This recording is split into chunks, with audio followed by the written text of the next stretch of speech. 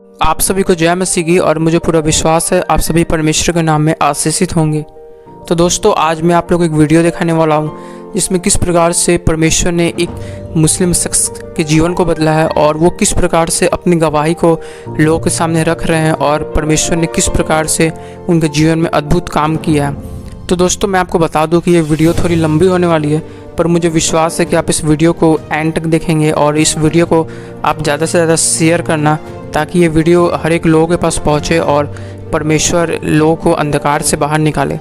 तो दोस्तों, आप इस वीडियो को एंड तक देखना। आखिर एक मुसलमान को मसीह क्यों बनना चाहिए? ये काफ़ी अच्छा सवाल है।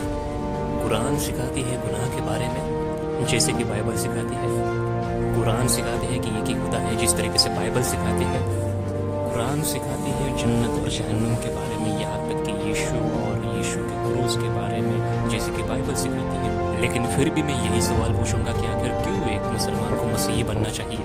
अभी मैं आपके साथ कुछ शेयर करूंगा कुरान में से, कि जहाँ पर मुसलमानों से कहा गया है कि उन्हें यहूदी और क्रिश्चियन को क्या बताना है उनके खुदा और उनके विश्वास के बारे में। सूरा 29 कहती है कि हम भरोसा रखते हैं कि हमारे ऊपर जो जाहिर हुआ और जो तुम्हारे ऊपर से, कि हमारा खुदा और तुम्हारा खुदा एक ही है और हम उसके अधीन हैं। तो कुरान यहाँ पर यह दावा करती है कि क्रिश्चियंस, जूस और मुसलमान सेम वही एक ही खुदा की इबादत करते हैं और इसमें कोई अंतर नहीं है। मेरा नाम रीस है और मैं एक अरबी क्रिश्चियन हूँ। मैं पला बड़ा हूँ एक मुसलमान की तरह, और ये मेरी कहानी है कि मैंने क्यों आखिर इस्लाम को छोड़ा और मसीह को अपनाया। और मैं खोज में था अल्लाह के, यीशु के नहीं, अल्लाह के।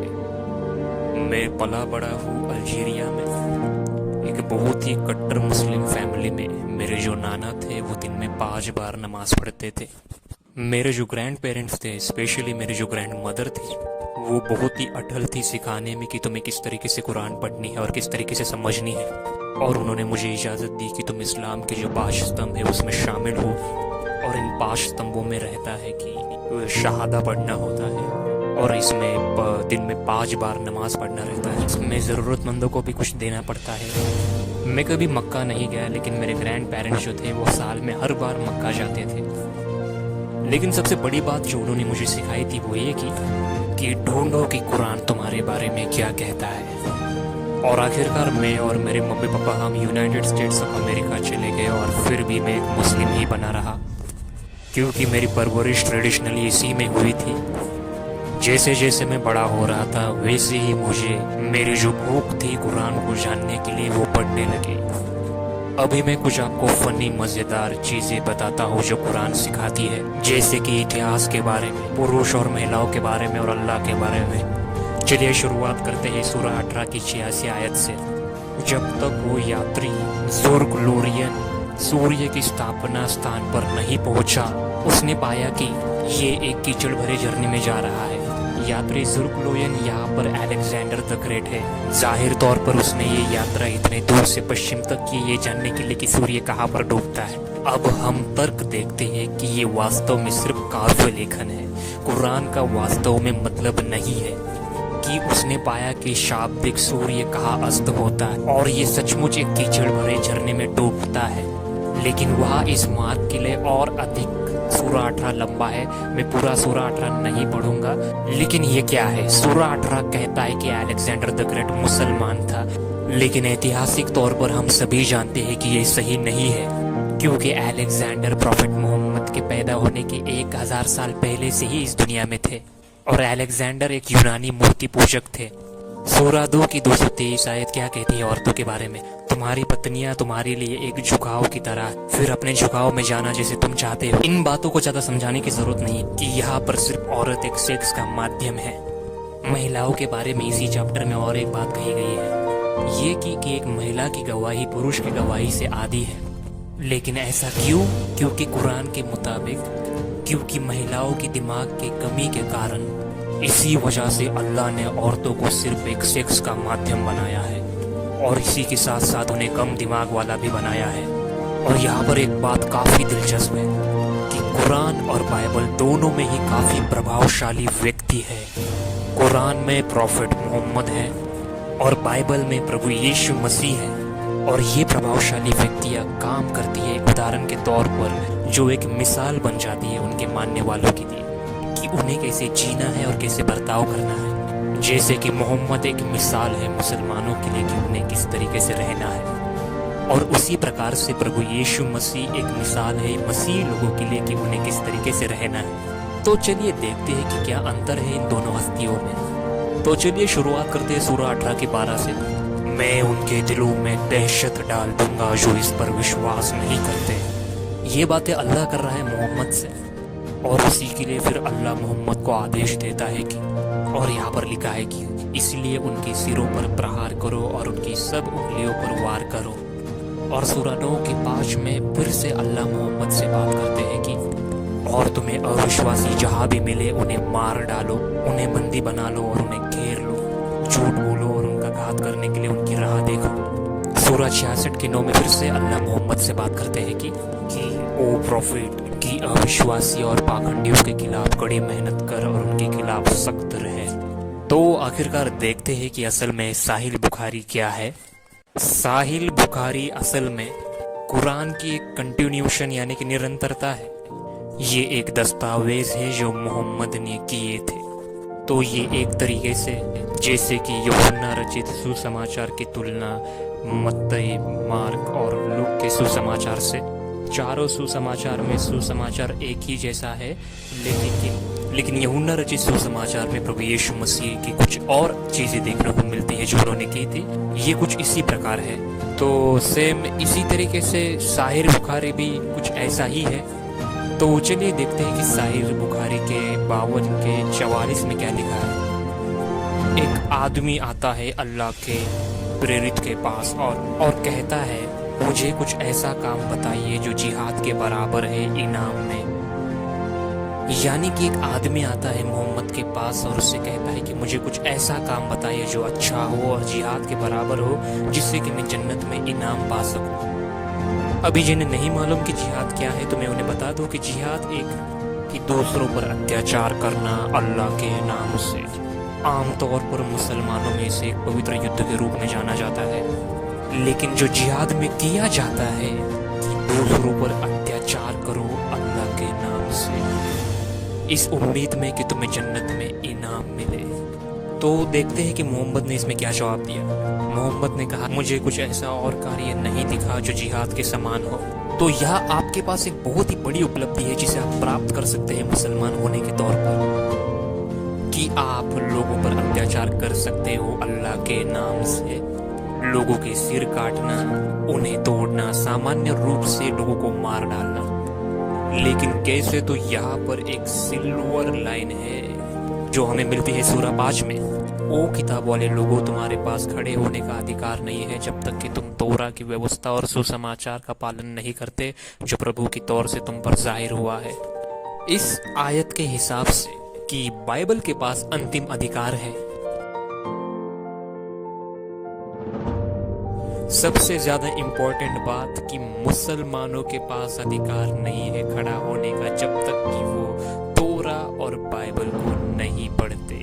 तो अगर कुरान ऐसा कहता है तो अभी मैं ये करने जा रहा हूँ। और इस समय मैं 19 साल का था और मैं अपने कॉलेज के 3रे साल में था और मैं बायोलॉजी पढ़ता था और मैं अपने खाली समय में बाइबल पढ़ रहा हूँ। आपको याद है कि मैंने कहा था कि मुसलमान लोग मोहम्मद को एक मिसाल के तौर पर देखते हैं कि उन्हें किस तरीके से रहना है और कैसे बनना है और अपनी ज़िंदगी कैसे गुजारनी है। तो उसी तरीके से प्रभु यीशु मसीह लोगों के लिए उदाहरण है। तो चलिए अभी देखते हैं प्रभु यीशु मसीह की टीचिंग्स को और उनके कार्यों को। चलिए मत्ती का 5वां अध्याय उसकी 43 वर्ष से शुरुआत करते हैं कि तुमने ये सुना है और कहते हैं कि अपने पड़ोसियों से प्रेम रखो और दुश्मनों से नफरत करो। अभी ये बहुत ही मिलता जुलता और समान कॉन्सेप्ट है। वास्तव में अगर आप मुसलमान हैं तो ये तो आप काफ़ी अच्छी तरीके से समझ जाएंगे। यानी कि अगर कोई आपकी तरह कट्टर मुसलमान है तो आप उससे बड़े ही प्यार और इज्जत के साथ पेश आएंगे। लेकिन अगर कोई अविश्वासी है तो आप उसके खिलाफ कड़ी मेहनत करोगे, जैसे कि हमने पिछले सूरे में देखा। तो अभी तक तो बहुत ही अच्छा है, लेकिन प्रभु यीशु मसीह ने यहाँ के इस मुद्दे को पूरी तरीके से बदल दिया है। चलिए देखते हैं मत्ती का 5वां अध्याय उसकी 44वीं आयत। पर मैं तुमसे कहता हूँ कि अपने दुश्मनों से मोहब्बत करो, जो तुम्हें श्राप दे उन्हें आशीष दो, जो तुमसे नफरत करते हैं उनका भला करो, जो तुम्हारा बुरा करते हैं उनके लिए दुआ करो। अगर तुम ऐसा करोगे तो तुम सचमुच में तुम्हारे स्वर्गीय पिता की संतान ठहरोगे। तुम्हारा पिता अच्छे और बुरे दोनों पर ही सूर्य उदय करता है, अच्छे और बुरे दोनों पर भी बारिश गिराता है। क्योंकि अगर तुम अपने प्यार रखने वालों से ही प्यार करोगे तो तुम्हें आशीष क्यों कर मिलेगी? क्या चुंगी लेने वाले यही नहीं करते? अगर तुम सिर्फ अपने चाहने वालों से अच्छा बर्ताव करते हो तो ऐसा मत समझो कि तुम दूसरों से अच्छे हो, क्योंकि परमेश्वर को न मानने वाले लोग भी ऐसा ही करते हैं। इसीलिए सिद्ध बनो जैसे तुम्हारा स्वर्गीय पिता सिद्ध है। परमेश्वर अपना सूर्य उगाते हैं दोनों पर ही, अच्छे लोगों पर भी और बुरे लोगों पर भी। परमेश्वर बारिश करवाते हैं अच्छे लोगों पर भी और बुरे लोगों पर भी। ये परमेश्वर का चरित्र है कि परमेश्वर सब पर समान दया करता है। अगर हम अपने स्वभाव में परमेश्वर की तरह बनना चाहेंगे तो हम कुछ भी नहीं कर पाएंगे। जैसे कि हम सिर्फ उन्हीं लोगों से प्यार करेंगे और अच्छा उन्हें बोलेंगे जिनसे हम प्यार करते हैं, लेकिन जिनसे हम प्यार नहीं करते उनके लिए हम कुछ भी नहीं कर पाएंगे और उनके लिए हम कुछ भी अच्छा नहीं कर पाएंगे। अगर हम सभी परमेश्वर के स्वरूप बनाए गए हैं और अगर हम भी परमेश्वर की तरह बनना चाहते हैं तो हमें बिल्कुल ऐसा ही बर्ताव करना पड़ेगा जैसा कि परमेश्वर करता है, कि परमेश्वर सब पर दया करता है, वो भी समान। अगर हम ऐसा करें तो प्रभु यीशु मसीह यहाँ पर यही सिखाने की कोशिश कर रहे हैं कि अगर तुम स्वर्ग राज्य में रहना चाहते हो तो स्वर्ग का राज तुम में होना चाहिए। अगर आप परमेश्वर के साथ रहना चाहते हैं तो आपको परमेश्वर की तरह रहना होगा।